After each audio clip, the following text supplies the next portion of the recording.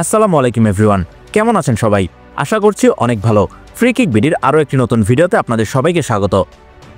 আপনারা নিশ্চয়ই জানেন, দুটি আন্তর্জাতিক প্রীতি ম্যাচ খেলতে নেপাল সফরে গিয়েছে বাংলাদেশ দল। তবে এবার দলে নেই হামজা চৌধুরী এবং সমিত সোম। জাতীয় দলের বেশ কিছু খেলোয়াড় রয়েছেন অনূর্ধ্ব 23 দলে। তাই নেপালের বিপক্ষে কোন পরিকল্পনায় খেলবে বাংলাদেশ, দলটির সঙ্গে বাংলাদেশের রেকর্ডই বা কেমন, চলুন এই ভিডিওতে সবকিছু নিয়ে বিস্তারিত আলোচনা করা যাক। আজ সন্ধ্যা 6:45 নেপালের মুখোমুখি হবে বাংলাদেশ। নেপালের রাজধানী কাঠমান্ডুর দশরথ স্টেডিয়ামে অনুষ্ঠিত হবে ম্যাচটি। নেপালের অ্যাকশন স্পোর্টস চ্যানেলে সরাসরি ম্যাচটি সম্প্রচার করা হবে। একই সঙ্গে বাংলাদেশের টি স্পোর্টসও ম্যাচটি সম্প্রচার করা হবে। এবার আসি দুই দলের বর্তমান ফিফা র্যাঙ্কিং এবং মুখোমুখি পরিসংখ্যান বা হেড টু হেড নিয়ে। ফিফা র্যাঙ্কিংয়ে বর্তমানে 176তম স্থানে রয়েছে নেপাল, আর বাংলাদেশের বর্তমান ফিফা র্যাঙ্কিং 184। র্যাঙ্কিংয়ে পিছিয়ে থাকলে হেড টু হেড বাংলাদেশকে আশাবাদী করতেই পারে। নেপালের বিপক্ষে 24 ম্যাচে 13টি জয় বাংলাদেশের, 3টি ড্রয়ের সঙ্গে হার বাকি 8 ম্যাচে।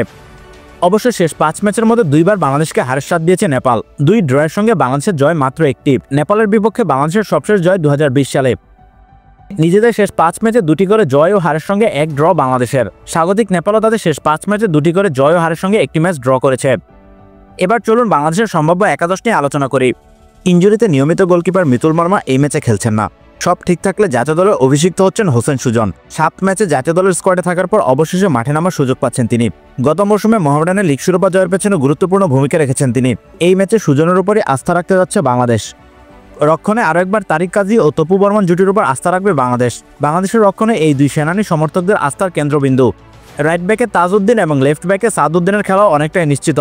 এছাড়াও রক্ষণে মেহেদী হাসান মিঠু, ইসা ফয়সাল, রহমত মিয়া, আবদুল্লাহ ওমরদের ব্যবহার করার সুযোগ রয়েছে। মাঝমাঠে হামজা চৌধুরী ও সমিত সোমের অনুপস্থিতি সমর্থকদের হতাশ করেছে। তবে তারা না থাকায় দলে কিভাবে ভারসাম্য আনা যায় সেটা এখন ভাবনার বিষয়। ডিফেন্সিভ মিডফিল্ডে মোহাম্মদ হৃদয়ের খেলা মোটামুটি চূড়ান্ত। হামজা পূর্ববর্তী সময় তিনি এই পজিশনে নিয়মিত খেলেছেন। তার সঙ্গে মিডফিল্ডে দেখা যেতে পারে সিনিয়র সোহেল রানা এবং কাজেম শাহকে।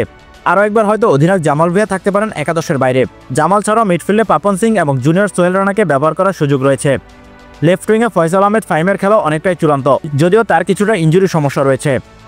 রাইট উইংয়ে খেলতে পারেন আরিফ হোসেন। গত কয়েক মৌসুম ধরেই ঘরোয়া ফুটবলে নিয়মিত পারফর্ম করেছেন তিনি। এবার তাকে দেখা যেতে পারে জাতীয় দলে।